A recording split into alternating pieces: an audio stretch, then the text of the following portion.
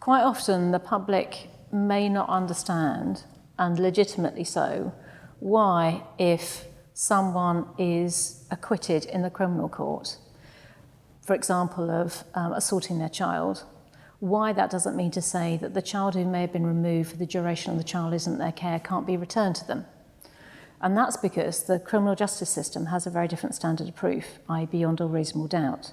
But the family justice system, because its focus is on the welfare of the child, has a lower standard of proof, which is balance of probabilities. And therefore it's entirely possible that someone could be acquitted in the criminal court on beyond all reasonable doubt standard of proof, and yet the same facts heard in the family case may result in a finding against them, namely that they have assaulted the child. And that's necessary because in the family courts, the courts are making decisions based on the welfare of the child, and that takes precedence over the right of the parent to care for a child. In the criminal courts, the sole right concerned is the right of the parent to have a trial and the right of the parent not to be convicted by his or her peers unless they are convicted on the basis that there is no reasonable doubt about their guilt.